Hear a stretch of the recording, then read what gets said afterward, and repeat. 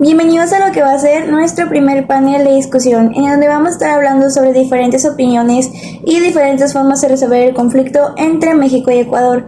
Todo esto sucedió en el mes de abril de 2024.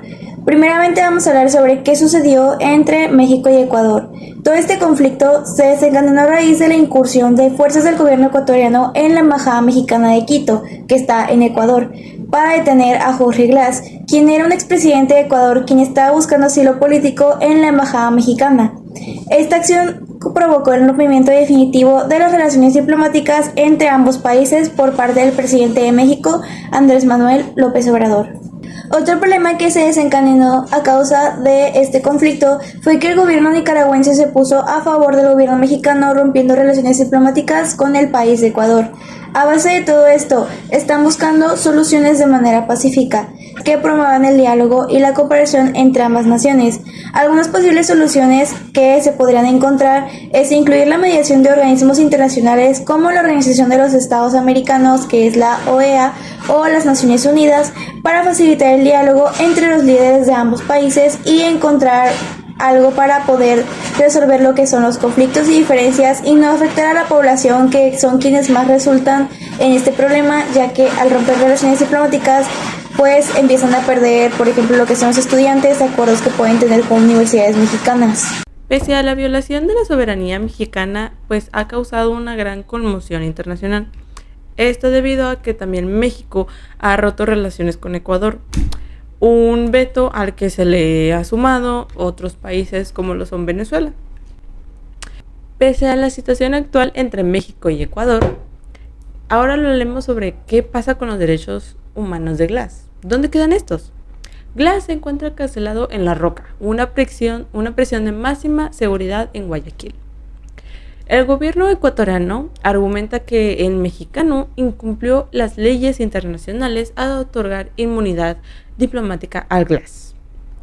Glass escribió unas breves cartas a los presidentes que más han demostrado su solidaridad, como lo son Lula da Silva y Gustavo Petro de Brasil y Colombia, respectivamente.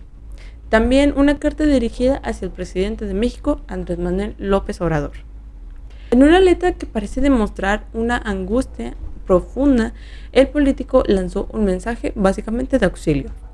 De igual manera, existe una errónea concepción, quienes alegan que Glass no podía ser arrestado, debido esto a la inviabilidad diplomática de la embajada mexicana. No obstante, esto atiende a dos aspectos importantes de mencionar, los cuales deben tratarse de forma separada. Una de estos es la disputa que concierne a la irrupción forzada de la Embajada de México en Ecuador. Y otro aspecto distinto atiende al derecho de Glass a acogerse al asilo diplomático, si es que dicho derecho existiera.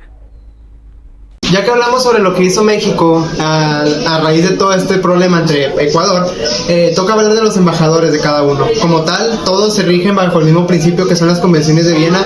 Sin embargo, ¿cómo logramos el objetivo de llegar a una excelente cultura de paz en parte de ambas naciones? Primero que nada, el promover el diálogo, pese a ser un recurso básico para la sociedad, se sigue siendo muy utilizado a día de hoy para prevenir conflictos precisamente. Si buscamos prevenir que esto se convierta en un conflicto armado, siempre es mediante el diálogo por el cual podremos resolver estos conflictos, además de la correcta intervención de los organismos, no solamente embajadores mexicanos, sino embajadores de Ecuador precisamente, para lograr un objetivo que es alcanzar la cultura de paz. Es importante hablar sobre las posibles soluciones a futuro que México tiene que promover al país de Ecuador, porque si no se promueve esta cultura de paz, tendremos un conflicto, un caos grande entre estos dos países.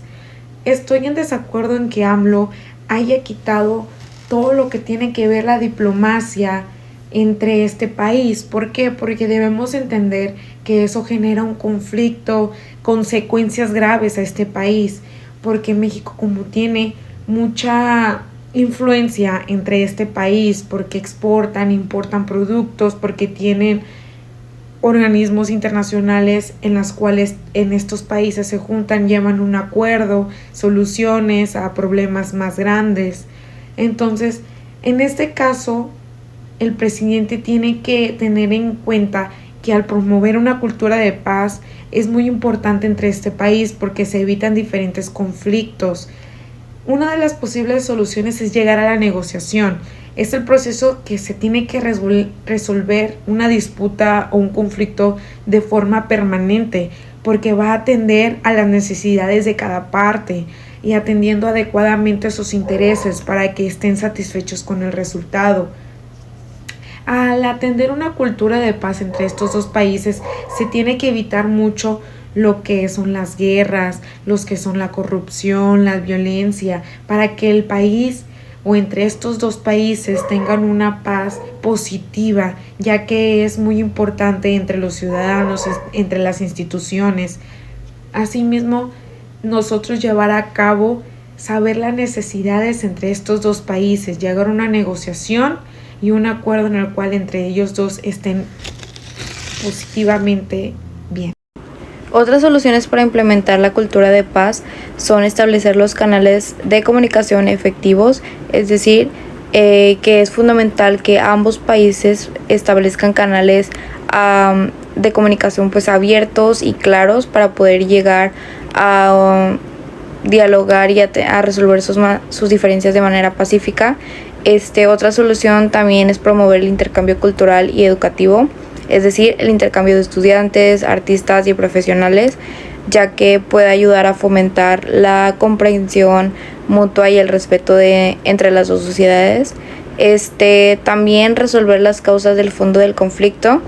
Esto es importante para abordar las causas estructurales del conflicto, ya sea así como la pobreza, la desigualdad, la falta de oportunidades, y también para evitar que este tipo de tensiones se repitan en un futuro entre los dos países.